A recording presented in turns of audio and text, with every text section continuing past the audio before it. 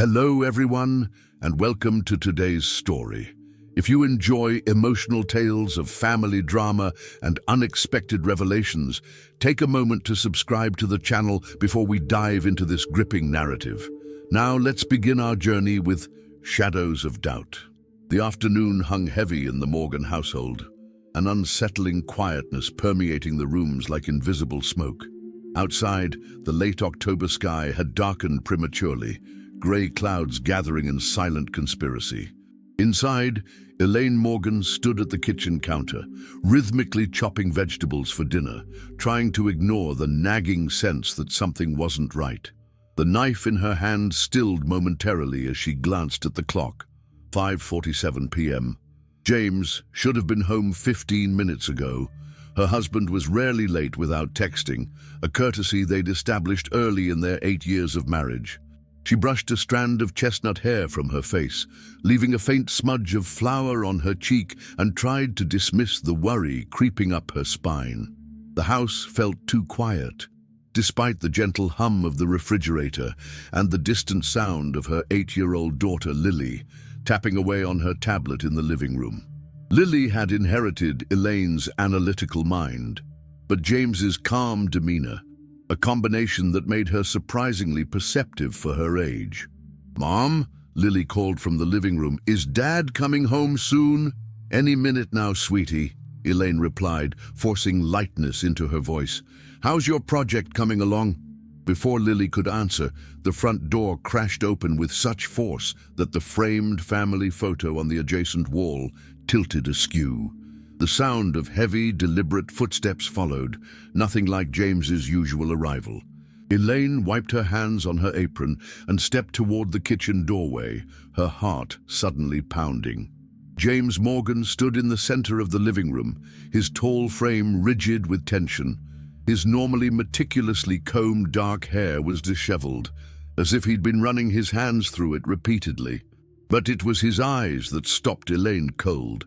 Those familiar hazel eyes that had gazed at her with love countless times were now burning with an emotion she'd never seen directed at her before, raw, unfiltered fury. "James?" she ventured, her voice barely above a whisper. "What's wrong?" He didn't answer immediately. Instead, his gaze swept the room, landing briefly on Lily, who had instinctively pulled her knees up to her chest on the couch, tablet clutched protectively against her. Then his eyes locked back onto Elaine.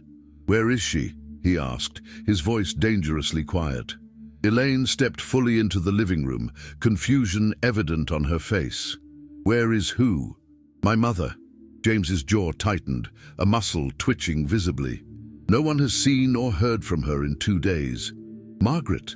Elaine's eyebrows drew together. I don't know, James.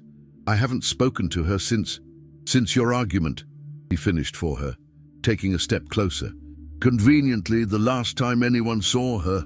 The implication in his words hit Elaine like a physical blow. She felt the color drain from her face as she grasped the edge of the nearby sideboard for support. "What are you saying?" "It was you."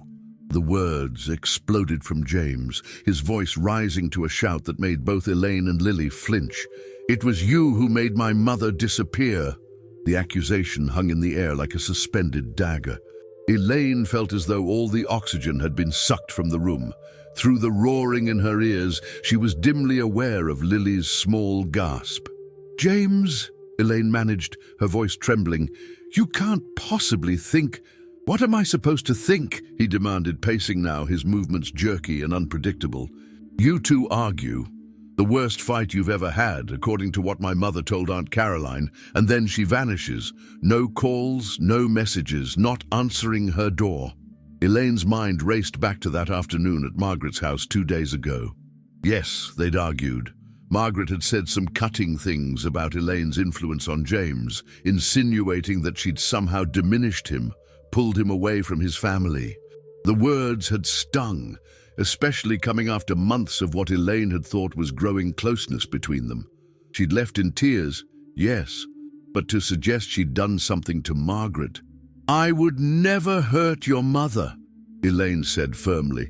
finding her voice despite the tremor in her hands. "James, you know me. How could you even think—" "I don't know what to think anymore," he shouted, slamming his palm against the wall. The family photo finally gave up its precarious position and crashed to the floor, the glass splintering across the hardwood. Lily let out a small cry. James didn't seem to notice, continuing as if possessed. "Caroline said Mom called her right after you left. Said she'd never seen you so angry. Said you threatened her." "That's not true," Elaine protested, shock giving way to indignation. "I never threatened her. We argued, yes. She said things about me, about us, that hurt me deeply. I left upset, but I would never—" "Then where is she?" James demanded, his voice breaking slightly, revealing the fear beneath his anger. "Where the hell is my mother, Elaine?" Before she could answer, the doorbell rang, its cheerful chime incongruous with the tension filling the room. James straightened, running a hand through his already disheveled hair. "That'll be Caroline and Richard," he said flatly. "And Uncle Paul.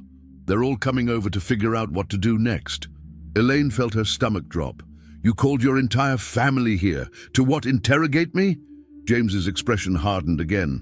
"To get to the truth."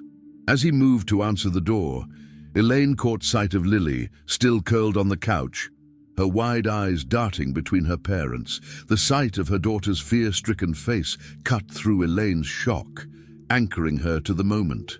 "Lily," she said softly, crossing to the couch and kneeling beside her. "It's going to be okay." "Why is Daddy saying you hurt Grandma?" Lily whispered, her small voice wavering. "I didn't hurt Grandma," Elaine assured her, smoothing back Lily's dark hair, so like James's. "There's been a misunderstanding, that's all. Grandma is probably fine." The sound of multiple voices in the entryway made Elaine rise to her feet. She squared her shoulders, knowing what was coming. James's family had always been tight-knit to the point of being insular. Even after 8 years of marriage, she was still regarded as something of an outsider by certain members, particularly Caroline, Margaret's sister, who had never quite accepted that her nephew had chosen to marry someone not from their social circle. As James led his relatives into the living room, Elaine felt the weight of their collective judgment. Caroline's pinched face, Richard's averted eyes, Paul's openly suspicious glare. She stood her ground, though her heart hammered against her ribs so hard she was certain they could all hear it. "Elaine," Caroline said, her voice brittle with barely contained accusation, "I think you better tell us exactly what happened between you and Margaret." And as the family assembled around her like a tribunal, Elaine realized with sickening clarity that in their minds she had already been tried and convicted. The Morgan family settled into the living room with the practiced ease of people who had gathered in this space many times before, though never under such circumstances. Caroline took the armchair nearest the fireplace, her husband Richard hovering at her shoulder rather than sitting. Paul, Margaret's younger brother, paced by the window, occasionally glancing outside as if expecting to see his sister walking up the driveway. James remained standing, positioned halfway between his family and Elaine, a physical manifestation of his internal conflict. Elaine stood alone near the kitchen doorway, feeling oddly like a defendant in a courtroom. Only Lily remained where she was on the couch, her tablet now held protectively against her chest, her eyes wide and watchful. "Perhaps Lily should go to her room," Caroline suggested, her tone making it clear this wasn't really a suggestion. "No," Elaine said firmly, "she stays. I won't have her thinking I've done something wrong when I haven't." Caroline's thin lips pressed together in disapproval, but she didn't argue the point. Instead, she turned to James. "Tell us everything again, from the beginning." James ran a hand through his hair, a nervous habit he'd had since childhood. "Mom was supposed to meet me for lunch yesterday. When she didn't show up and wasn't answering her phone, I went by her house. Everything looked normal, but she wasn't there. Her car was gone too, and the last person to see her was—" Caroline's eyes slid pointedly to Elaine. "I saw her 2 days ago," Elaine acknowledged, keeping her voice steady despite the flutter of anxiety in her chest. We had tea at her house. We talked for about an hour, and yes, we had a disagreement, then I left." "A disagreement?" Caroline repeated skeptically. "Margaret called me immediately after you left. She was very upset, said you'd had a terrible fight." Elaine took a deep breath. "We had words, yes. She said some things that hurt me, and I'm sure I said things that upset her too. But it wasn't the dramatic confrontation you're making it out to be." "What exactly did you argue about?" Paul interjected, his deep voice resonating in the room. Unlike Caroline, whose hostility was evident, Paul's question seemed genuinely seeking understanding. Elaine hesitated, not wanting to speak ill of Margaret in her absence, especially not to her family. But she also needed them to understand the context. Margaret expressed concerns about my influence on James. She felt I was pulling him away from the family, that I'd changed him. She implied I was the reason James didn't join the family business. Elaine paused, remembering the particularly cutting words Margaret had used. "You've made him smaller somehow, less ambitious. He was meant for greater things than teaching at a community college." I disagreed with her assessment.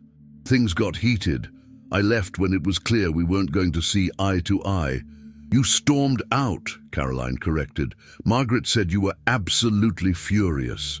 "I was upset," Elaine admitted. "But I didn't storm out dramatically. I said I thought it was best if I left before either of us said something we'd truly regret. And I did." Richard, who had been silent until now, cleared his throat. "Did anyone see you leave Margaret's neighborhood? Any neighbors who could confirm when you left?" The implication was clear, and Elaine felt a surge of indignation. "Are you seriously asking me for an alibi?" "It's a reasonable question," James said quietly, and the fact that he was entertaining these suspicions cut deeper than all of Caroline's accusations combined. "I didn't check to see if the neighbors were watching me leave." "No," Elaine replied, struggling to keep the hurt from her voice. "I drove home, picked Lily up from her friend's house, and we spent the evening here, together." She looked meaningfully at her daughter, who nodded in confirmation.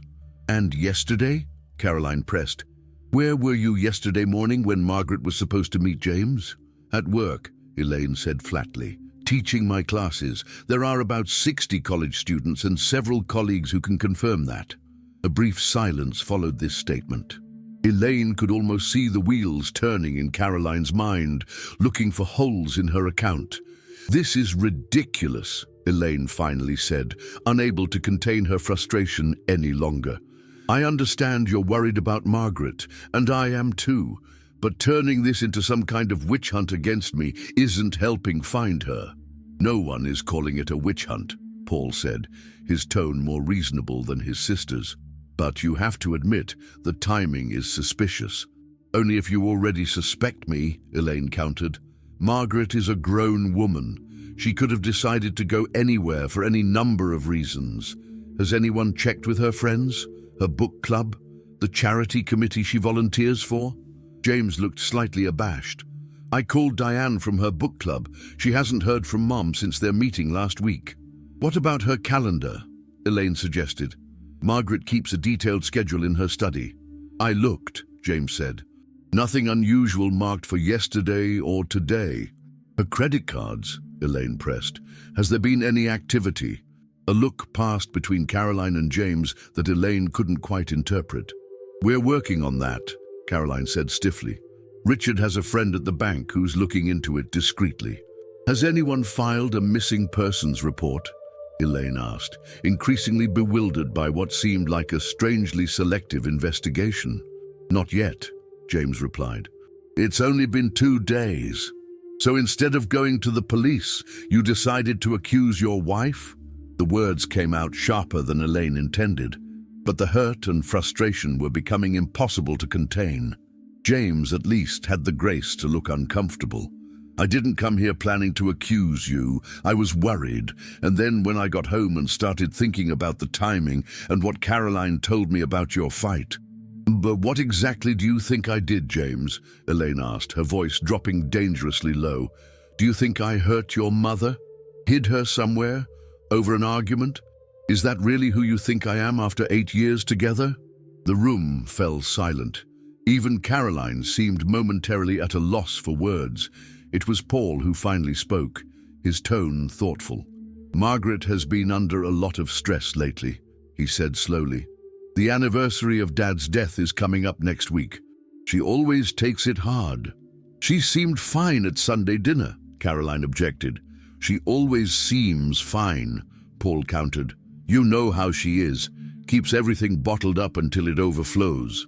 A flicker of something, realization perhaps, crossed James's face, but before he could speak, the sound of small footsteps drew everyone's attention. Lily had slipped off the couch and was now standing in the center of the room, her tablet still clutched in her hands. Lily, honey, Elaine began, concerned that the tension in the room was upsetting her daughter. Maybe you should— I know where Grandma is, Lily interrupted, her young voice steady, despite the room full of adults now staring at her. James moved toward his daughter, kneeling to her level. What do you mean, sweetheart?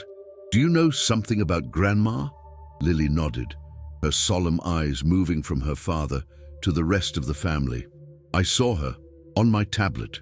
On your tablet, James repeated, confusion evident in his voice. Show us, Caroline demanded, leaning forward in her chair. Lily hesitated, looking to Elaine for reassurance. Elaine gave her a small nod, though her own heart was racing with uncertainty. What could Lily possibly have seen? With careful movements, Lily tapped and swiped at her tablet screen, then turned it so everyone could see. I was checking my security app, she explained. Security app? Richard echoed, speaking up for the first time in several minutes. It's connected to the cameras, Lily explained, as if this should be obvious. The ones I set up for my science project, about home security systems. James looked at Elaine, clearly bewildered. Elaine felt an explanation was needed. Lily's class is doing projects on everyday technology. She chose home security. We helped her set up small cameras at— Understanding suddenly dawned on Elaine. At our house and at Margaret's. You put cameras in my mother's house? James asked incredulously. Not like that, Elaine hurried to explain. It was for Lily's project. Margaret knew about them. She thought it was cute. Her granddaughter, the little inventor.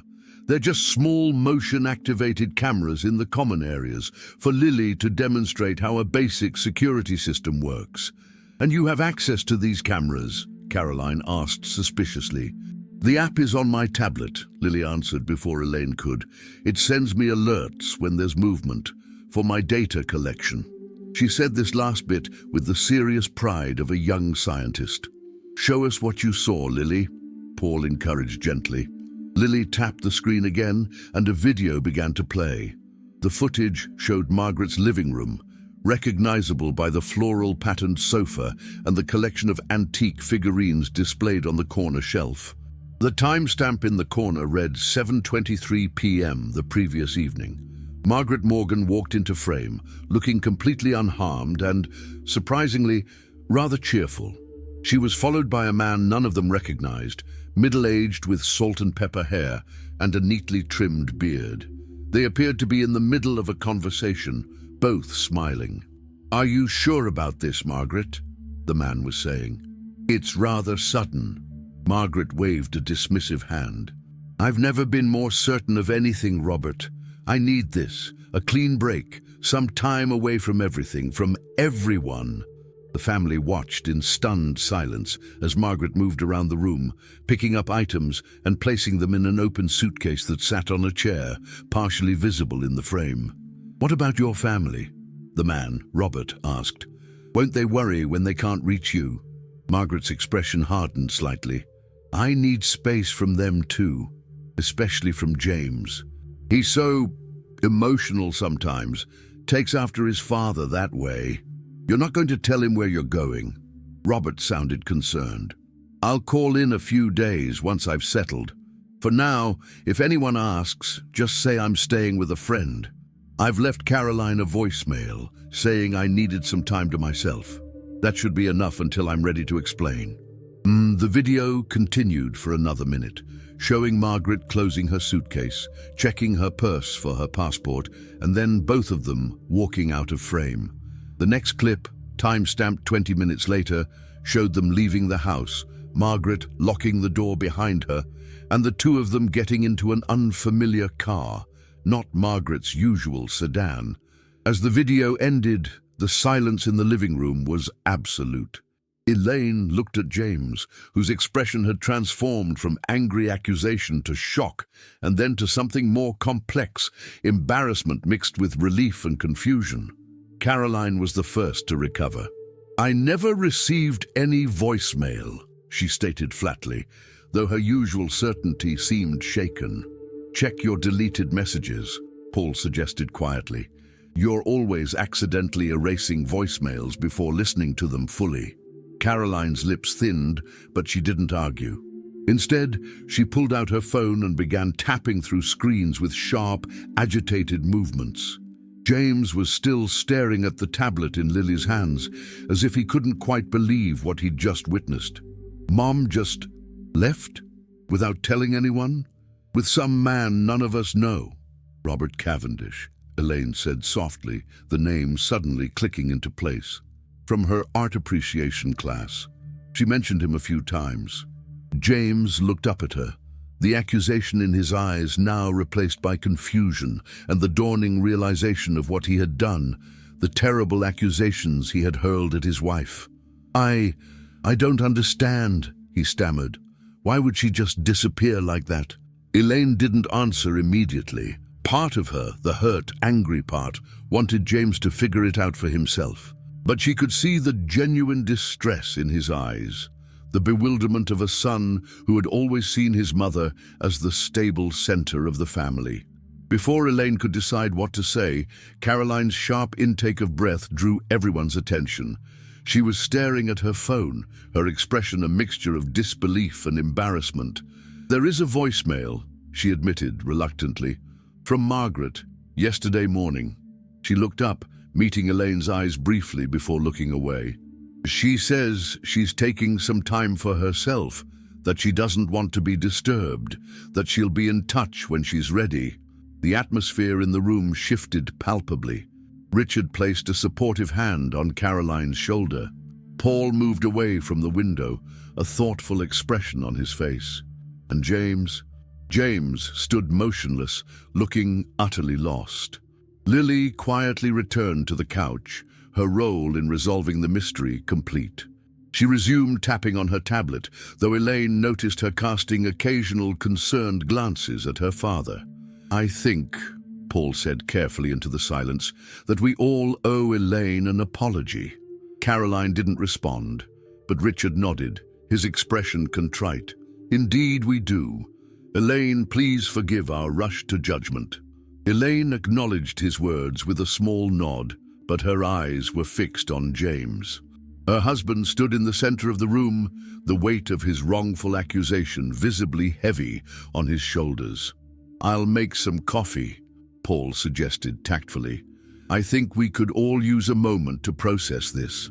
As Paul headed toward the kitchen and Caroline began a hushed conversation with Richard, James finally moved. He took a step toward Elaine, then another, his face a canvas of regret and shame. "Elaine," he began, his voice barely above a whisper. But whatever he was about to say was cut short by Elaine's raised hand. "Not now," she said quietly, "not in front of everyone." The hurt in her eyes was unmistakable, and James flinched as if she'd slapped him. He nodded once, accepting her boundary, then turned away to join his uncle in the kitchen. Elaine remained where she stood, feeling strangely hollow despite her vindication. The truth had come out, yes, but something fundamental had been damaged, perhaps irreparably. The ease with which James had believed the worst of her, the readiness of his family to cast her as the villain in their narrative. These revelations couldn't simply be erased with apologies and explanations. She moved to sit beside Lily on the couch, drawing her daughter close in a gentle hug.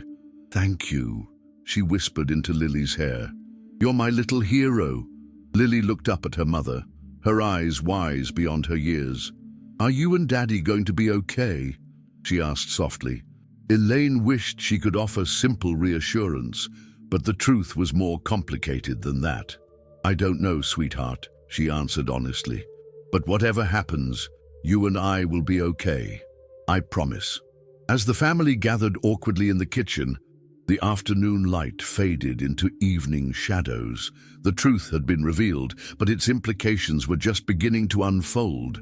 For Elaine, one thing was certain: nothing would ever be quite the same again. Morning light filtered through the bedroom curtains, painting strips of gold across the rumpled, empty side of the bed where James should have been.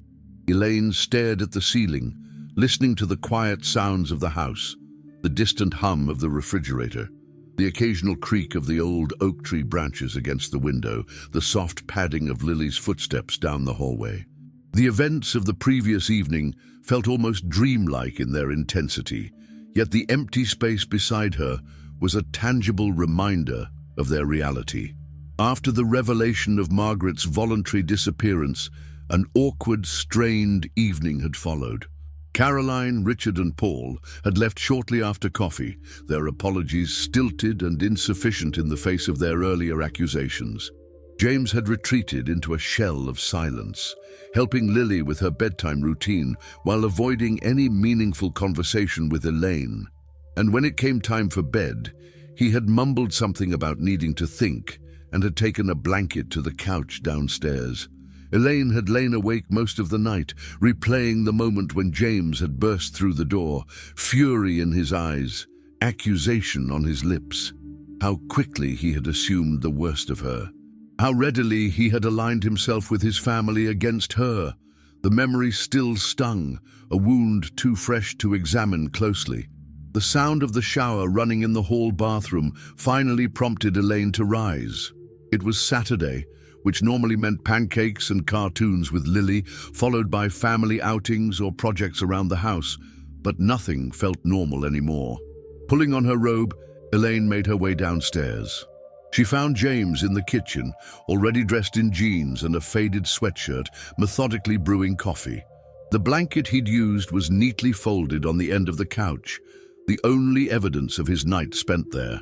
He looked up as she entered, his eyes shadowed with what appeared to be a sleepless night of his own. "Morning," he offered tentatively. "Coffee's almost ready." "Thanks," Elaine replied, the single word carrying the weight of all she wasn't yet ready to say. James handed her a steaming mug, prepared exactly as she liked it, a small gesture that somehow underscored the greater betrayal. They stood in silence for a moment, the kitchen counter between them like a physical manifestation of the distance that had opened up in their relationship. "Elaine," James began, his voice rough with emotion, "I don't even know where to start. What I did, what I accused you of.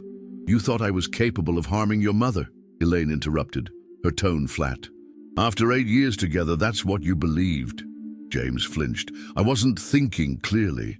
I was worried about Mom, and Caroline was saying all these things, and I lost perspective." "That's the problem, James. When the pressure was on, your first instinct was to turn against me rather than stand with me."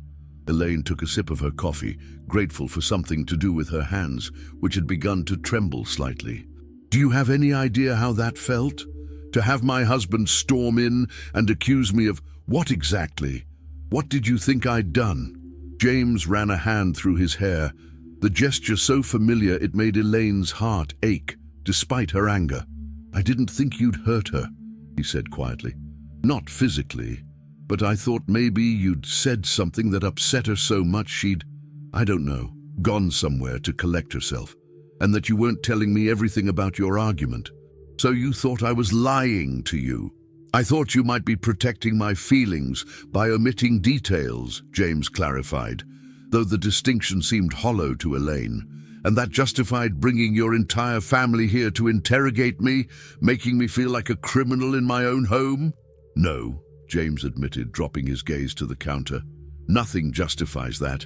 I was wrong, completely wrong. And I'm so sorry, Elaine." The sincerity in his voice was undeniable, but Elaine found it wasn't enough to bridge the chasm that had opened between them. She was about to respond when Lily appeared in the doorway, her hair still damp from the shower, her observant eyes taking in the tense tableau of her parents. "Good morning, sweetheart," Elaine said, forcing warmth into her voice.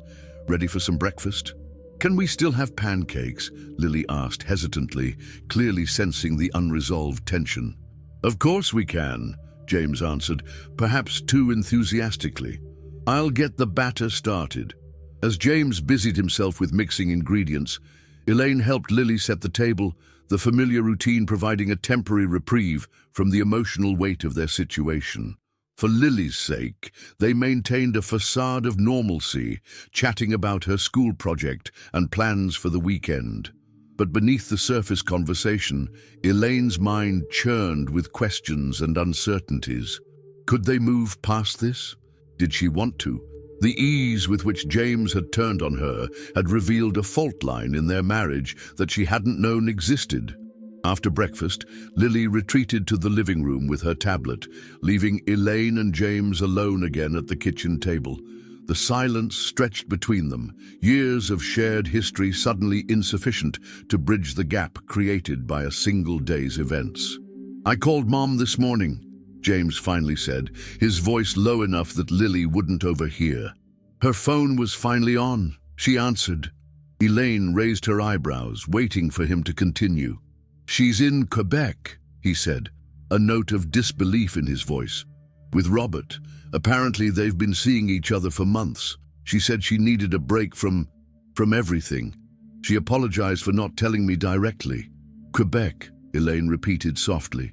Margaret had always talked about visiting Quebec, drawn to its European charm and French culture. It made sense in a way. "She asked about you," James continued. "Asked if you were upset with her about your argument. I told her," he paused, swallowing hard. "I told her what I'd done, how I'd accused you. She was horrified.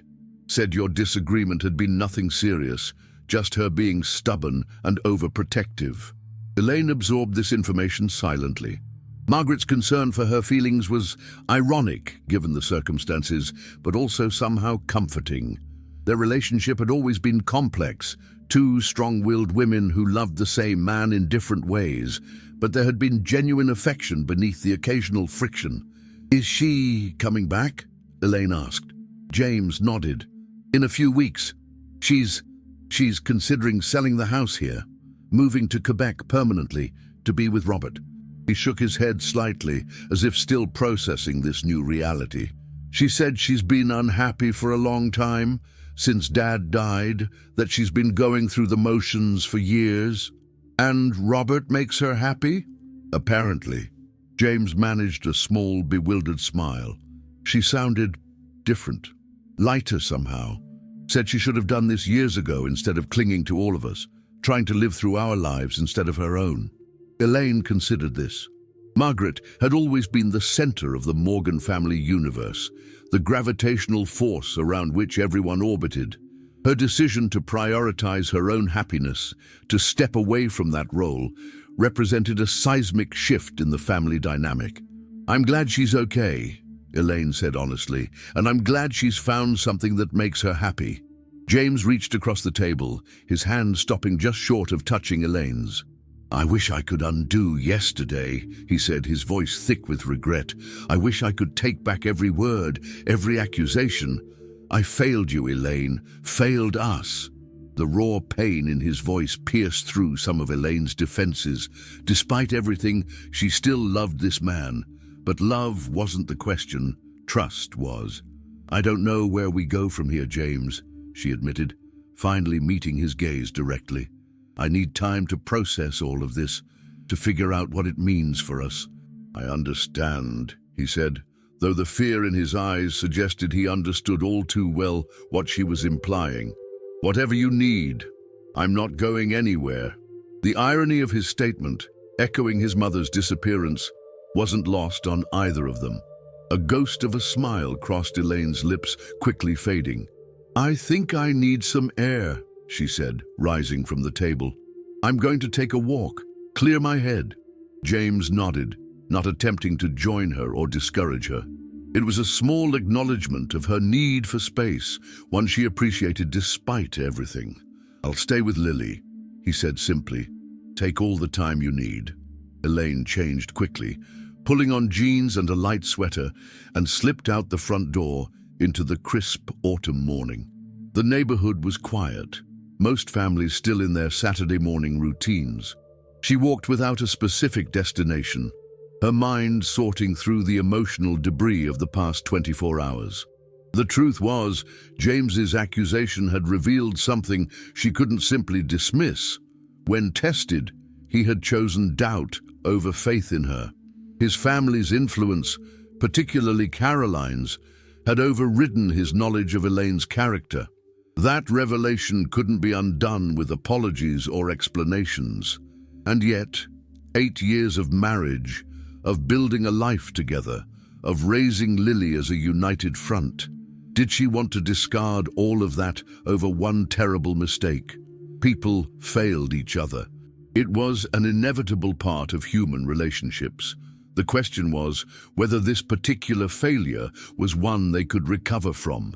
Elaine found herself at the small neighborhood park, empty at this hour, except for an elderly man walking his golden retriever.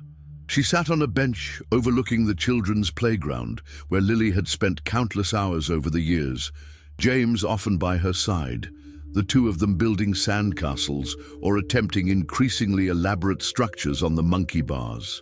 The memories came unbidden. James teaching Lily to ride her bike in this very park, his patient hands steadying her as she wobbled along. The three of them having impromptu picnics on summer evenings. James carrying a sleeping Lily home after she'd exhausted herself playing. Good memories, honest ones. Were they strong enough to counterbalance yesterday's betrayal? Elaine wasn't sure. But as she sat there, watching the morning light play across the empty swings, she realized something important. She wanted to find out. Despite the hurt, despite the breach of trust, some part of her believed their marriage was worth fighting for, worth the difficult work of rebuilding what had been damaged. The realization didn't erase the pain or magically restore her trust in James, but it was a starting point, a small light in the darkness of uncertainty. With that thought providing some comfort, Elaine rose from the bench and began the walk home, each step feeling somehow more purposeful than when she'd left. As Elaine approached her house, she noticed Caroline's silver Mercedes parked in the driveway. Her steps faltered momentarily before she squared her shoulders and continued forward. She wasn't particularly eager to face James's aunt again so soon, but perhaps this was an opportunity for closure, for clarity, or at the very least, for setting boundaries that should have been established long ago. When she entered the house, voices from the kitchen fell suddenly silent. Elaine hung her jacket on the hook by the door and followed the quiet to its source. Caroline sat at the kitchen island, a cup of tea in front of her, while James stood leaning against the counter.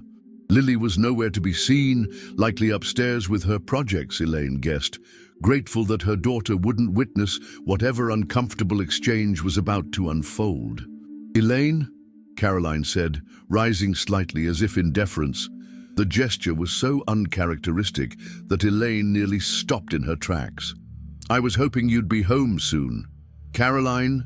Elaine acknowledged, with a small nod, moving to stand beside one of the island stools, but not sitting. "This is unexpected." "I owe you an apology," Caroline said, the words clearly difficult for her to articulate. A sincere one, not the rushed version from yesterday. "My behavior was inexcusable." Elaine studied the older woman's face, searching for signs of insincerity, but finding none. Caroline Morgan had always been a proud woman, quick to judge and slow to admit error. This admission, however stilted, represented a significant concession. "I appreciate that," Elaine replied carefully. "But I think we need to address more than just yesterday's accusations." Caroline's gaze flickered to James, who gave a slight nod, as if encouraging her to continue. "Yes," she agreed. "I think perhaps we do." Elaine took the seat across from Caroline, suddenly aware of how exhausted she felt. For 8 years, Caroline, I've tried to be a part of this family. I've respected your traditions, attended every gathering, made an effort with everyone. But there's always been this wall, this sense that I'm still an outsider, that I'll never quite measure up. Caroline didn't immediately deny it, which Elaine found oddly refreshing. Instead, she took a thoughtful sip of her tea before responding. "The Morgans have always been close-knit," she said finally, "perhaps too much so. After Thomas died, Margaret and we clung to what was familiar, to what we could control. And I represented change," Elaine suggested. "You represented a world outside our carefully constructed one," Caroline corrected. "James was the first to really break away, choosing teaching over the family business, moving to a different neighborhood, marrying someone who challenged our insularity." She smiled faintly at this last word, a hint of self-awareness Elaine hadn't expected. It was threatening, I suppose, especially to Margaret. James shifted uncomfortably at the mention of his mother. "Mum called again while you were out," he said to Elaine. "She wants to speak with you directly when you're ready." Elaine nodded, but kept her focus on Caroline. "Yesterday wasn't just about Margaret disappearing, was it? It was about years of unspoken resentment finding an outlet." Caroline had the grace to look embarrassed. "Perhaps," she admitted, "though I truly was worried about my sister." She straightened in her seat, meeting Elaine's gaze directly. "But that doesn't excuse how quickly I jumped to conclusions, or how I've treated you over the years." The acknowledgement was more than Elaine had expected, and she found herself momentarily at a loss for words. It was James who broke the silence. "I told Caroline about Mom's decision to move to Quebec," he said. "About Robert. How do you feel about that?" Elaine asked Caroline, genuinely curious. A complex series of emotions crossed Caroline's face. Surprise, resignation, and something that might have been relief. "Truthfully, I'm still processing it. Margaret has always been the traditional one, the keeper of the family flame. To see her make such a dramatic change—" She shook her head slightly. "But I spoke with her myself this morning, and she sounded happy. Genuinely happy in a way I haven't heard since before Thomas died." "Sometimes people surprise us," Elaine said softly, not looking at James, though she could feel his gaze on her. "Indeed they do," Caroline agreed, following Elaine's averted gaze to her nephew. "Sometimes they disappoint us too. James told me what he said to you, how he accused you. If it means anything, I'm ashamed of my part in that." The admission hung in the air, a fragile offering. Elaine considered it carefully before responding. "It does mean something," she acknowledged. "But rebuilding trust takes time, for all of us." Caroline nodded, finishing her tea and setting the cup down with a sense of finality. "I should go. Richard is waiting, and I'm sure you two have much to discuss." She rose, gathering her handbag. "But before I leave, I want you to know something, Elaine. Whatever happens between you and James, and I sincerely hope you can work through this, you will always be Lily's mother, and therefore you will always be family to me. I hope, in time, we might build a better relationship than the one I've allowed so far." The words were formal, almost ceremonial, but Elaine recognized them for what they were: an olive branch extended across years of misunderstanding and prejudice. She stood as well, offering her hand to Caroline. "I'd like that," she said simply. Caroline accepted the handshake, her grip firm and unexpectedly warm. With a final nod to James, she showed herself out, leaving husband and wife alone once more in the suddenly quiet kitchen. Neither spoke immediately. Elaine busied herself making a fresh cup of tea, the familiar routine providing a moment to collect her thoughts. James remained where he was, watching her movements with an expression of cautious hope. "That was unexpected," Elaine finally said, leaning against the counter as she waited for the kettle to boil. "She came over right after you left," James explained. "Said she couldn't sleep all night thinking about what happened, about her part in it." "And yours?" Elaine asked, the question gentle but direct. James met her gaze unflinchingly. "I didn't sleep either. kept replaying everything in my mind, not just yesterday, but the past few months. Years, even. He took a step toward her, then stopped, respecting the invisible boundary between them. I realized something, Elaine. Something I should have seen a long time ago. The kettle whistled, and Elaine turned to silence it, grateful for the momentary distraction. "What's that?" she asked, her back still to him as she poured the steaming water over a tea bag. "I've been caught between two worlds," James said, "between the family I grew up in and the family we've created together. And when push came to shove, I defaulted to old patterns, old loyalties, instead of standing by the woman I love." His voice broke slightly on the last word. "I failed you, and I'm so deeply sorry for that." Elaine turned back to face him, cradling her mug between her hands. "I believe you're sorry, James. I do, but I'm not sure that's enough." "I know," he said quietly. "I know it isn't, but I'm hoping it can be a start." He gestured toward the kitchen table. "Can we sit, talk properly?" Elaine nodded, moving to the table. As they sat across from each other, she was struck by the parallel to her conversation with Caroline. These reckonings happening in the heart of their home, at the table where they'd shared thousands of meals, celebrations, and ordinary moments as a family. "I've been thinking about trust," she began, wrapping her hands around the warm mug. "About what it means to truly trust someone. It's not just believing they won't lie to you or hurt you intentionally. It's deeper than that. It's believing in their essential goodness, their character, even when circumstances might suggest otherwise." James nodded, his eyes never leaving her face. "And I failed that test spectacularly." "You did," Elaine agreed, not softening the blow. "And that's what hurts the most, James. Not the accusation itself, but what it revealed about how you see me, about how fragile your faith in me really is." "That's not," James began, then stopped himself. "No, you're right. I can't deny it.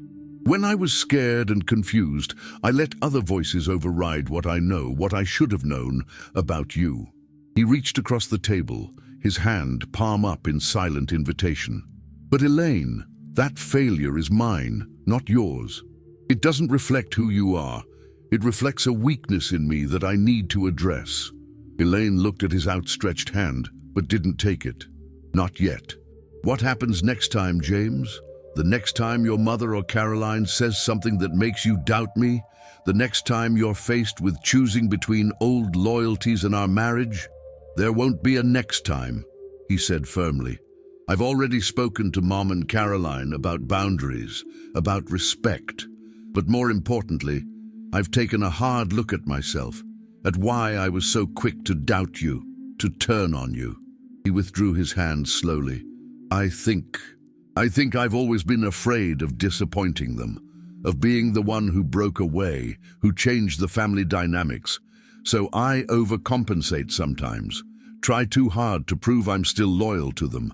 But in doing that, I betrayed my loyalty to you, to us." The insight surprised Elaine. James had never been particularly introspective about his family relationships before. "That's quite a revelation," she said carefully. "Sleeping on the couch gives a man time to think," he replied with a sad smile. "Look, I know one conversation can't fix this, one apology can't erase what happened, but I want you to know that I'm committed to rebuilding what I damaged. If you'll give us that chance." Elaine took a slow sip of her tea, considering his words. The pain was still there, the breach of trust still raw, but beneath it, she felt something else, a cautious hope. Not for an immediate return to how things had been, that was impossible, but for something perhaps stronger, more honest, forged through this difficult reckoning. "I need to ask you something," she said finally, "and I need you to be completely honest with me." "Anything," James promised.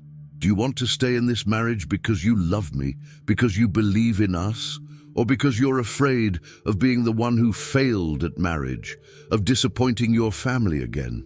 James looked stricken, as if the question had never occurred to him. For a long moment he was silent, his expression thoughtful. When he finally spoke, his voice was steady and certain. "I want to stay because you're the best person I've ever known," he said simply. "Because the life we've built together is the most real, most honest thing in my world. Because I can't imagine a future without you in it." He paused, a flicker of vulnerability crossing his face. "And yes, I'm terrified of losing you. Not because of what anyone else would think, but because I love you, completely and imperfectly, but with everything I am." The words hung between them, raw and unvarnished. Elaine felt tears prick at the corners of her eyes, the emotional exhaustion of the past 24 hours finally catching up with her. "I love you too," she said softly. "That's never been in question. But love has to be built on trust, and trust, once broken, has to be rebuilt piece by piece." "I understand," James said, "and I'm willing to do that work, however long it takes, whatever you need from me." From upstairs came the sound of Lily's bedroom door opening, followed by her footsteps on the stairs. Their daughter appeared in the kitchen doorway, her perceptive eyes taking in the tableau of her parents sitting in serious conversation. "Is everything okay?" she asked hesitantly. Elaine and James exchanged a glance, a silent communication passing between them. It was Elaine who answered, holding out her hand to beckon Lily closer. "We're working on it, sweetheart," she said honestly. "Dad and I have some things to figure out, but we both love you very much. That will never change." Lily came to stand between them, looking from one parent to the other with an expression that seemed too old for her young face. "Because of what happened with Grandma?" "Partly," James acknowledged.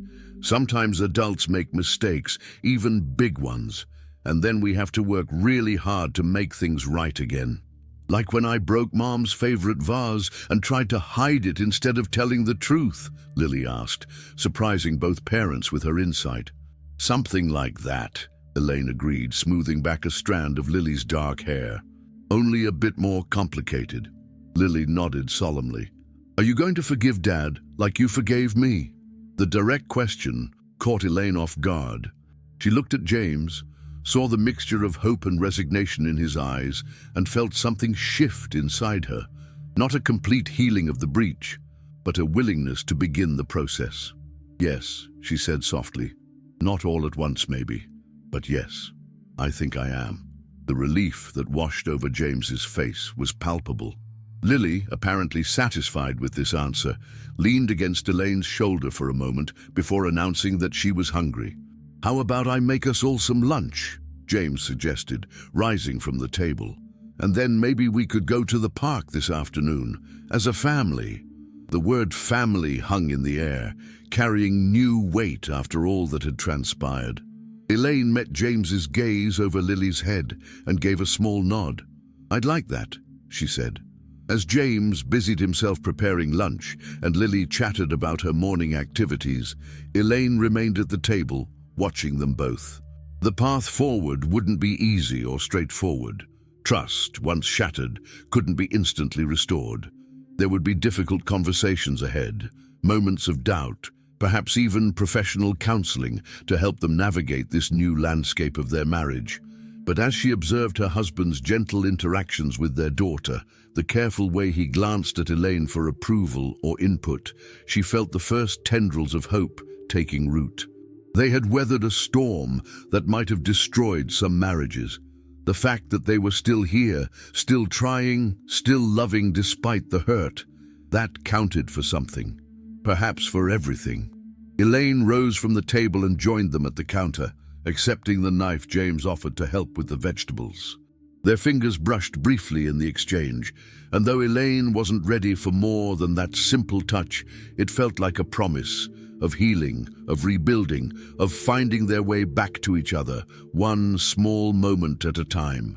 The weeks following what Elaine had come to think of as the accusation passed in a strange limbo of cautious rebuilding and awkward navigation. James had continued sleeping on the couch, a self-imposed exile that Elaine hadn't asked for, but hadn't discouraged either. They were polite with each other, considerate in a way that felt both foreign and necessary, like the careful handling of something precious but cracked.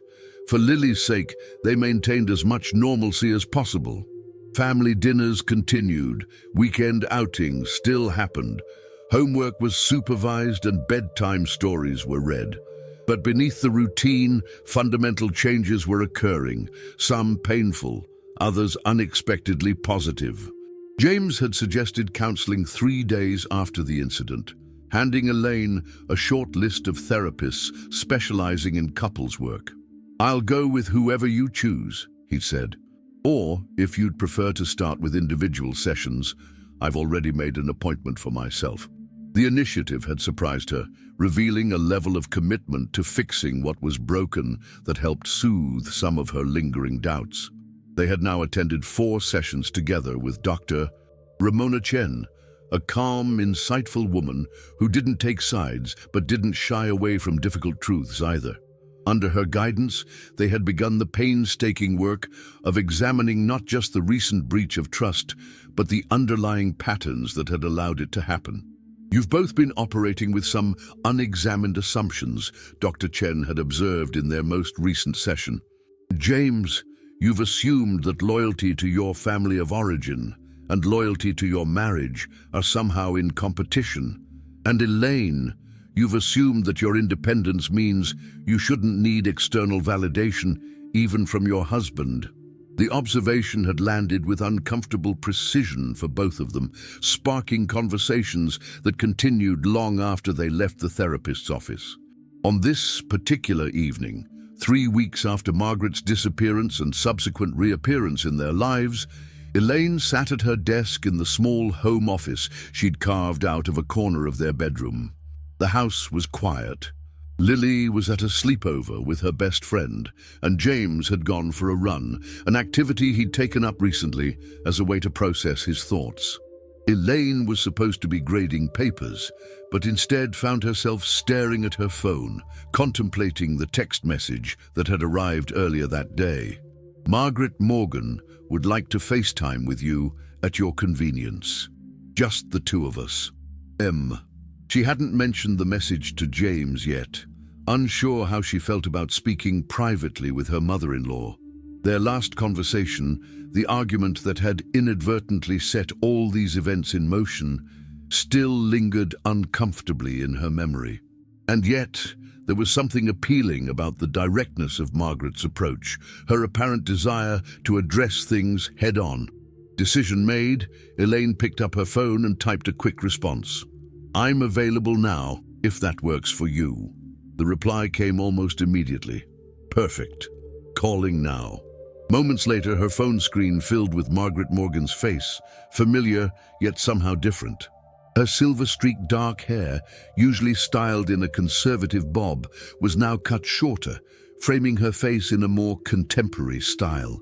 She wore a colorful scarf draped artfully around her neck, a departure from her usual restrained palette of navy, beige, and gray. "Elaine," Margaret said, her voice warm but tentative. "Thank you for agreeing to speak with me. You're looking well." "Thank you," Elaine replied, automatically smoothing her hair. "So are you. Quebec seems to agree with you." A smile transformed Margaret's face, erasing years of tension that Elaine hadn't even realized were there until they vanished. "It does, actually. The change has been liberating." She paused, her expression growing more serious.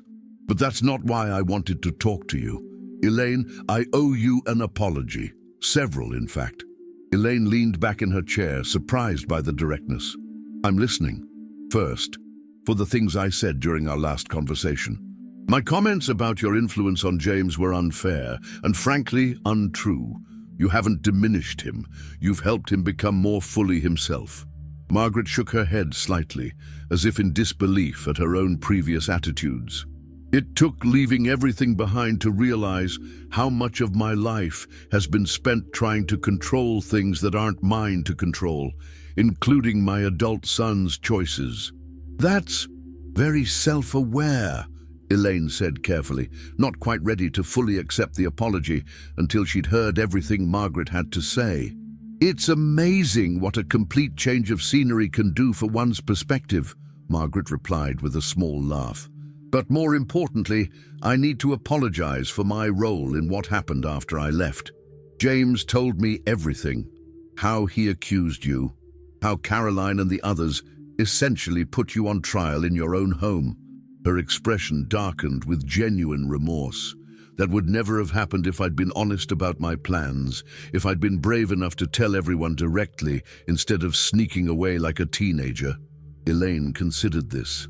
Why did you leave that way? It doesn't seem like you. Margaret sighed, looking away from the camera momentarily. When she turned back, there was a vulnerability in her eyes that Elaine had never seen before. Because I was ashamed, she admitted. Ashamed that at 63 years old, I was essentially running away with a man I'd known for less than a year. Ashamed that after decades of preaching family loyalty and tradition, I was choosing my own happiness over everything else. She gave a rueful smile. It seemed easier to disappear and deal with the fallout later than to face everyone's judgment and questions. The honesty of the admission struck Elaine deeply. How often had she herself wished for a clean break from difficult situations? How many times had she fantasized about walking away from uncomfortable confrontations? I understand that impulse better than you might think, she said softly. Perhaps that's why we've often been at odds, Margaret suggested. We're more alike than either of us has been willing to acknowledge. The observation was startlingly perceptive, and Elaine found herself nodding in agreement. Both stubborn, both protective of our independence, both unwilling to show vulnerability. Exactly. Margaret leaned closer to the camera, her expression earnest. Which makes what happened all the more unforgivable. You were vulnerable, accused in your own home, and I wasn't there to stop it. My absence created the situation, and for that, I am truly sorry. It wasn't just your absence, Elaine pointed out. James made his own choices. So did Caroline. So did I, in how I responded. True, Margaret acknowledged, but I set the stage for all of it with my secretive departure. And if I'm being completely honest, I've set the stage for years with how I've treated you, keeping you at arm's length, judging your choices, making you feel like an outsider in the family. The directness of Margaret's self-criticism was disarming. Elaine had prepared herself for a more qualified apology, perhaps even some subtle shifting of blame. This unvarnished acknowledgement left her momentarily speechless. I don't know what to say, she finally admitted. This is not the conversation I was expecting. Margaret laughed softly. Quebec has changed me, it seems. Or perhaps Robert has. Or maybe it's simply that at my age, I finally realized that life is too short for pretense and pride. Her expression sobered. How are you and James doing, really? Elaine hesitated, uncertain how much to share with her mother-in-law, regardless of this new openness between them. We're working on things, she said carefully. It hasn't been easy, but we're committed to finding our way through this. Margaret nodded, accepting the measured response. He loves you very much, you know, more than he's ever loved anyone, I think, including me. There was no bitterness in the observation, only a mother's clear-eyed assessment. When he called me that first day, frantic about my disappearance, the fear in his voice wasn't just for me. It was fear of losing his entire understanding of the world, a world where people he loves don't suddenly vanish or betray each other. So he turned that fear into anger, Elaine murmured, and directed it at me. A painfully familiar pattern, Margaret agreed. His father was the same way. Thomas would get scared about money, about the business, about the children's safety, and it would come out as anger, usually aimed at whoever was closest. Usually me, she smiled sadly. I should have helped James recognize that tendency years ago instead of normalizing it. The insight into James's behavior was illuminating, providing context that didn't excuse his actions but helped explain them.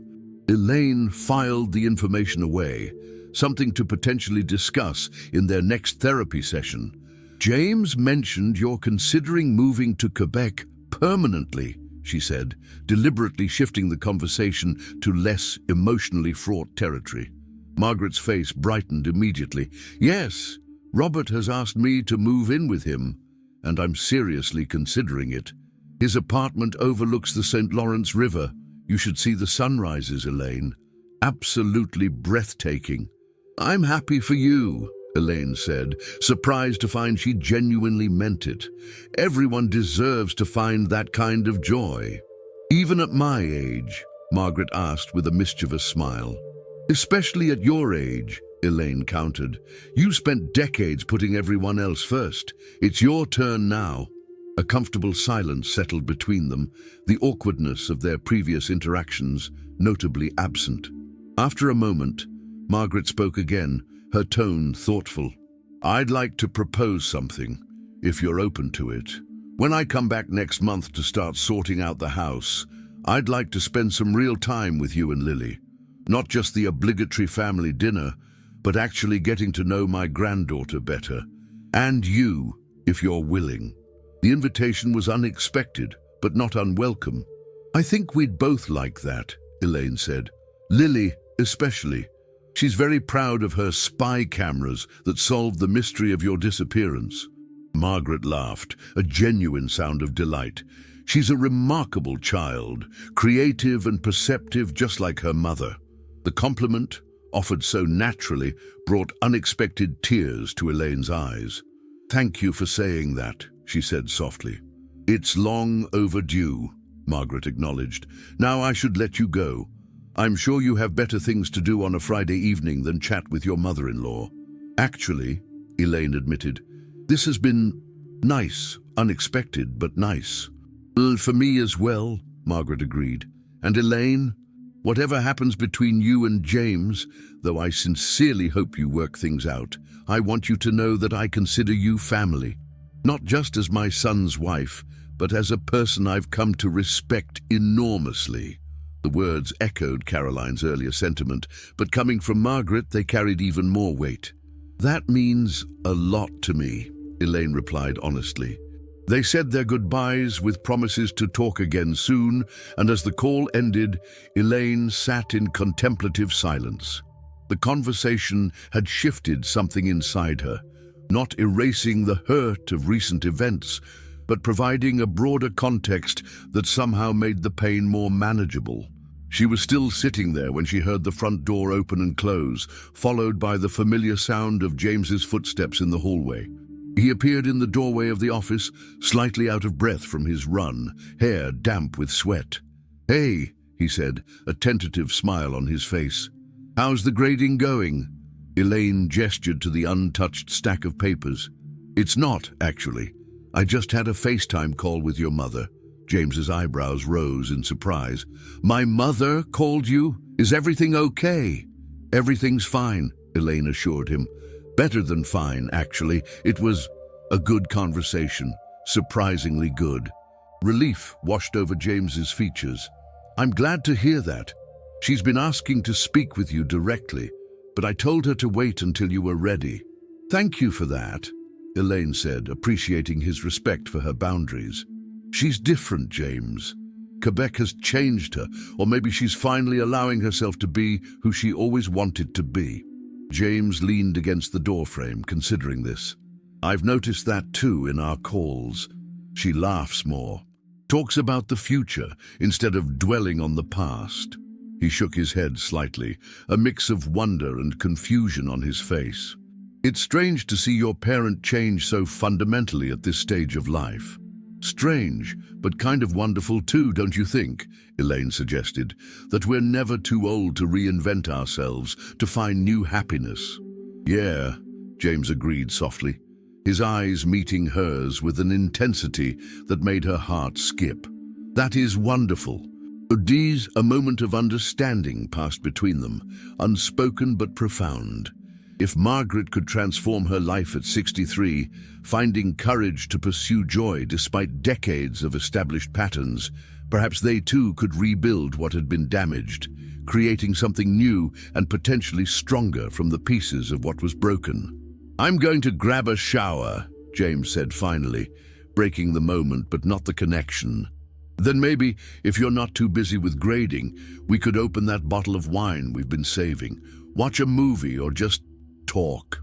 The invitation hung in the air, casual on the surface but layered with meaning. It had been weeks since they'd spent an evening together, just the two of them, without the buffer of Lily's presence or the structured environment of therapy. "I'd like that," Elaine said, surprised by how much she meant it. "The papers can wait until tomorrow." James's smile, relieved, grateful, tinged with cautious hope, warmed something inside her that had been cold for too long. "Great," he said simply. "I won't be long." As he disappeared down the hallway, Elaine turned back to her desk, gathering the ungraded papers into a neat stack for tomorrow. The conversation with Margaret had unexpectedly shifted her perspective, creating space for possibilities she'd been hesitant to fully consider. Trust, once broken, couldn't be instantly restored. That much remained true. But perhaps the rebuilding process didn't have to be only about painstakingly reassembling what was shattered. Perhaps it could also be about creating something new, something that incorporated the lessons of what was broken but wasn't limited by its previous form. With that thought providing a strange comfort, Elaine rose from her desk and headed to the kitchen to find that bottle of wine they'd been saving. Tonight wouldn't fix everything. No single evening could, but it felt like a step forward on a path she was increasingly certain she wanted to walk. 3 months after what the family now sometimes jokingly referred to as Grandma's Great Escape, Elaine stood in Margaret's kitchen, carefully wrapping delicate china teacups in bubble wrap and newspaper. Around her, the house that had been the center of Morgan family gatherings for decades was slowly being dismantled, its contents sorted into categories: items to be shipped to Quebec, pieces to be distributed among family members, things to be donated, and the remainder to be sold with the house. Margaret moved between rooms with surprising energy, directing the process with efficiency while sharing stories about various heirlooms and knickknacks. Robert, now a familiar and welcome presence, followed with a digital camera, documenting items that Margaret wanted to remember but didn't need to physically keep. "Elaine, dear," Margaret called from the dining room. "Could you come look at these serving platters? I thought you might like to have them since you host most of the family dinners now." Setting aside her wrapping materials, Elaine joined her mother-in-law in the formal dining room, where several silver serving pieces were laid out on the polished mahogany table. "They're beautiful," she said honestly, running a finger along the ornate edge of a large oval platter. "They were my grandmother's," Margaret explained, a fond smile playing at her lips. "She would be pleased to know they're going to someone who will actually use them, not just keep them in a cabinet for special occasions that never come." "Are you sure you don't want to take them with you?" Elaine asked, touched by the offer, but aware of its significance. Margaret shook her head decisively. "My new life in Quebec calls for a certain lightness. Besides," she added with a wink at Robert, "we've already chosen some rather modern serving pieces for the apartment. These deserve a home where they'll be appreciated for what they are." "Then I'd be honored to have them," Elaine said, genuinely moved by the gesture, which felt symbolic of the evolving relationship between them. The sound of the front door opening was followed by James's voice calling out, "We come bearing lunch." He appeared in the dining room doorway moments later, carrying several bags from a local deli, with Lily right behind him, clutching a bakery box. "We got everyone's favorites," Lily announced proudly, "even those weird olive things that only Grandma likes." "Tapenade is not weird, young lady," Margaret corrected with mock severity. "It's sophisticated." "It's still weird," Lily insisted, grinning. "But I got extra because I know you love it." The easy banter between grandmother and granddaughter was relatively new, a product of the intensive time they'd spent together during Margaret's extended visit. Where once there had been formal affection, there was now genuine warmth and even playful teasing. "Let's eat in the kitchen," Robert suggested. "It's the only room where we haven't completely disrupted the furniture arrangement." As they gathered around the kitchen table, a casual, everyday space where, ironically, some of the family's most important conversations had taken place over the years, Elaine felt a sense of contentment that would have seemed impossible just months earlier. The changes in their family dynamic had been both subtle and profound. Margaret's decision to pursue her own happiness had triggered a cascade of realignments and reconsiderations. Caroline, initially the most resistant to her sister's transformation, had gradually come to accept and even admire Margaret's courage. Her own relationship with Elaine had evolved from cool politeness to genuine respect, with occasional moments of surprising camaraderie. Paul, always the most adaptable of the siblings, had embraced the changes wholeheartedly, even planning his own trip to visit Margaret and Robert in Quebec later in the spring. About time someone in this family did something spontaneous, he'd declared at the impromptu going-away party they'd held for Margaret the previous week. But the most significant transformation had been within Elaine and James's marriage.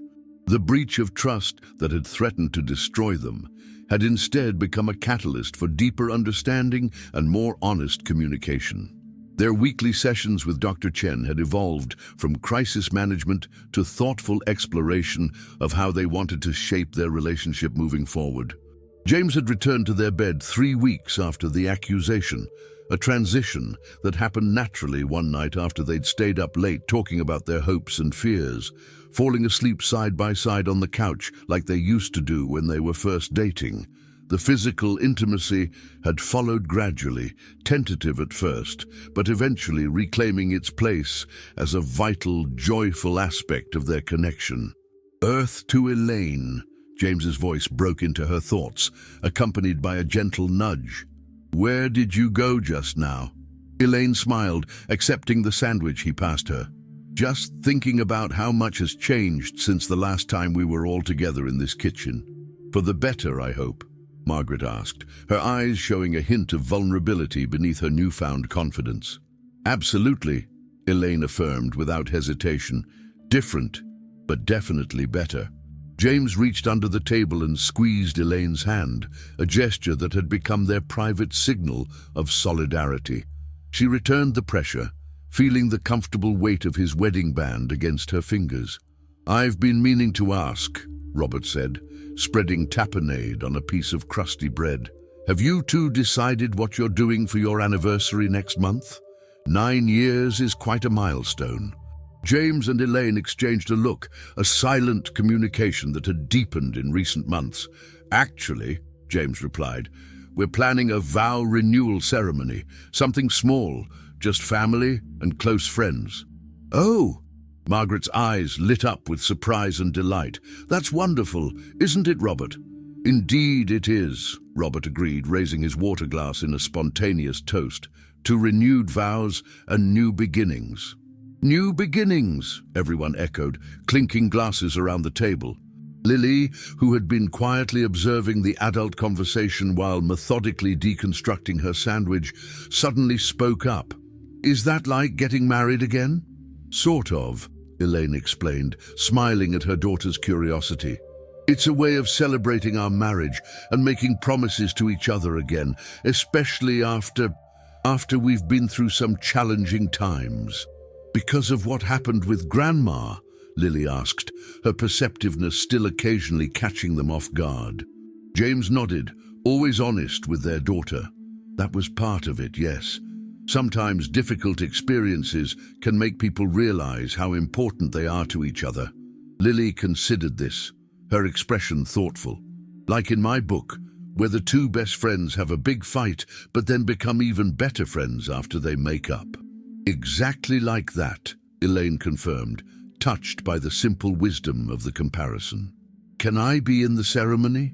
Lily asked, excitement building in her voice. "Can I wear a special dress?" "We wouldn't dream of having it without you," James assured her. "In fact, we were hoping you might want to help us plan some of it." Lily's face broke into a wide grin. "Can we have chocolate cake with raspberry filling?" "Negotiations already," Margaret laughed. "She drives a hard bargain, this one." "She comes by it honestly," Robert observed with a meaningful glance at Margaret, who responded with a playful swat to his arm. As lunch continued, the conversation flowing easily from wedding plans to Margaret's latest adventures in Quebec to Lily's upcoming science fair, Elaine found herself observing the scene with a sense of wonder. This gathering, relaxed, affectionate, honest, represented everything she had once hoped for but had nearly given up on. True acceptance within the Morgan family, not as an outsider to be tolerated, but as an essential part of its evolving fabric. Later that afternoon, while Margaret and Robert took Lily to the local ice cream parlor for a treat, Elaine and James continued packing in the upstairs study. The room had been Thomas Morgan's domain during his lifetime, and Margaret had largely preserved it as a shrine to her late husband. Now, it was the last room to be sorted through, a final step in Margaret's journey toward her new life. "Look at this," James said softly, pulling a framed photograph from a desk drawer. He handed it to Elaine, his expression nostalgic. The photo showed a much younger James, perhaps 12 or 13, standing proudly beside his father next to a small sailboat. Both were sunburned and grinning, their resemblance striking despite the age difference. "The summer Dad taught me to sail," James explained. "We spent every weekend on the lake. It was the most time we'd ever spent alone together." Elaine studied the image, noting the unguarded joy on young James's face.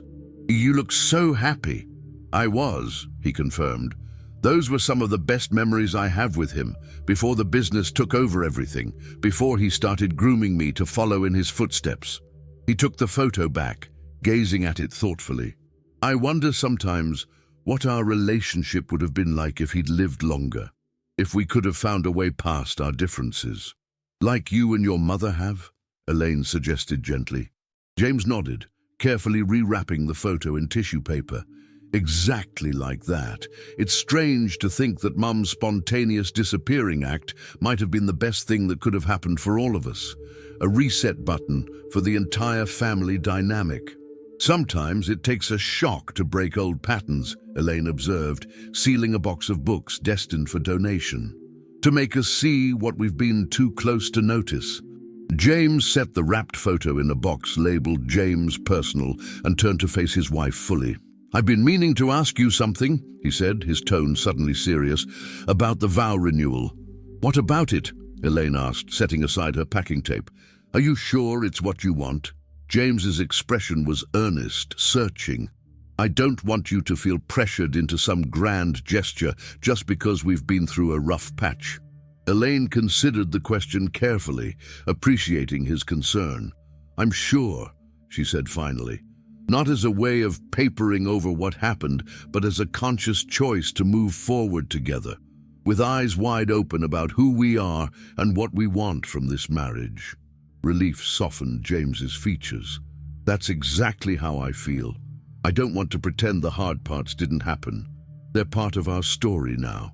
But I want to publicly recommit to you, to us, knowing what I know now." "Which is," Elaine prompted, curious about how he would articulate it, "that love isn't just a feeling, it's a daily choice," he said without hesitation. "That trust, once broken, can be rebuilt, but it requires constant attention and care. That you are the most remarkable person I've ever known, and I'm incredibly lucky that you chose to stay and work through this with me." His voice thickened with emotion. "That I will never again put anyone or anything before you and Lily. Never." Elaine felt tears prick at the corners of her eyes, moved by the depth of feeling in his words. "Come here," she said softly, opening her arms. James stepped into her embrace, gathering her close. They stood like that for a long moment in the study that had once been the domain of a different Morgan marriage, one based on tradition and appearances rather than the raw honesty they had fought so hard to achieve. "I love you," Elaine whispered against his shoulder, the hard parts included. "I love you too," James replied, his arms tightening around her, "especially the hard parts. They've made us who we are."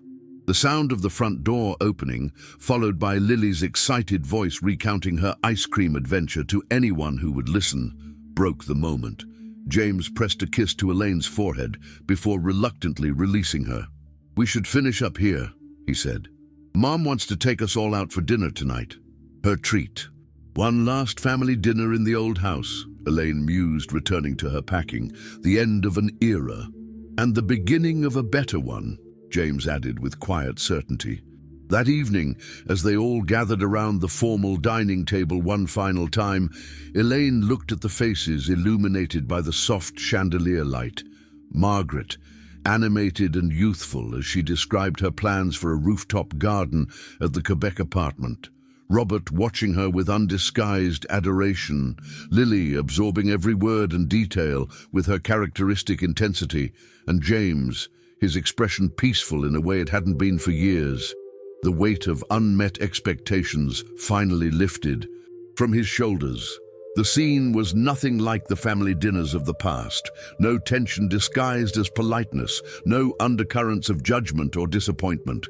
Instead, there was laughter, occasional disagreement quickly resolved, and above all, an authenticity that had previously been sacrificed on the altar of appearances. As dessert was served, Margaret's famous apple tart, made by her own hands one last time in this kitchen, Robert raised his glass again. "I'd like to propose another toast," he said, his deep voice commanding gentle attention, "to the Morgan family, not as it was, but as it is becoming, evolving, adapting, growing stronger through change rather than resistance to it. To evolution," James seconded, raising his glass to touch Robert's. "To authenticity," Margaret added, her eyes bright with emotion. "To forgiveness," Elaine contributed softly, meeting James's gaze over the rim of her glass. "To family," Lily chimed in, lifting her sparkling cider with such enthusiasm that a few drops splashed onto the tablecloth, a minor transgression that would once have earned a sharp look from Margaret, but now prompted only affectionate laughter. Later that night, after they had returned home and tucked an exhausted Lily into bed, Elaine and James stood together in their bedroom, the day's emotions and activities catching up with them. "It's really happening," James said, loosening his tie. "Mom's moving to Quebec. The house is being sold. Everything's changing. Are you okay with that?" Elaine asked, studying his face for signs of distress. James considered the question, taking his time as he had learned to do in their therapy sessions. "Yes," he said finally. "I'm more than okay with it. I'm happy for her, and for us." "For us? We're free now," he explained, moving to stand behind her and gently unzipping her dress. "Free from expectations that were never ours to begin with. Free to define what the Morgan family means going forward." His hands rested lightly on her shoulders, warm and supportive. "It's our turn to write the story." Elaine leaned back against him, savoring the solid strength of his presence. "And what story shall we write, Mr. Morgan?" "One where we choose each other every day," he murmured against her hair. "Where we face challenges together instead of turning on each other. Where we build something stronger than either of us could create alone." Turning in his arms, Elaine looked up at the man she had chosen all those years ago, the man she was choosing again, with clearer eyes and deeper understanding. "I like the sound of that story," she said softly. "Me too," James agreed, bending to kiss her with a tenderness that held the promise of all they had learned and all they had yet to discover together. Outside their window, a gentle spring rain began to fall, washing away the last vestiges of winter and nourishing the soil for new growth. Inside, wrapped in each other's arms, Elaine and James Morgan continued writing their story. Not perfect, not without challenges, but honest and real and entirely their own. And as our story draws to a close, remember that just like the Morgan family, relationships require constant nurturing, honest communication, and sometimes the courage to rebuild what's been broken. If you've enjoyed this journey through shadows of doubt to the light of reconciliation, please take a moment to subscribe to the channel, leave a like, and share your thoughts in the comments below. Your support helps bring more stories like this one to life. Until next time, remember that sometimes the deepest truths are revealed in our most challenging moments.